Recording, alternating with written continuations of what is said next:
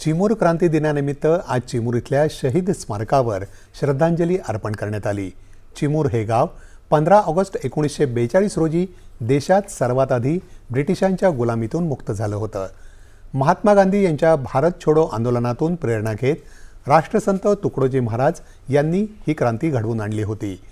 चिमूरच्या लोकांनी इंग्रज फौजेविरुद्ध मोठा एल्गार पुकारत इथल्या इंग्रज फौजदार आणि काही शिपायांना बंदिस्त करून ही भूमी स्वतंत्र केली।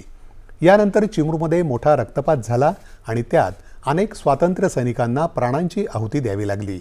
या क्रांतीचं स्मरण म्हणून दरवर्षी 16 ऑगस्ट रोजी चिमूर शहरातील क्रांतीस्थळी अभिवादन करण्यात येतं। यावेळी डाक विभागातर्फे शहाजी बालाजी रायपूरकर यांच्या नावानं एक डाक तिकिटाचंही अनावरण करण्यात आलं।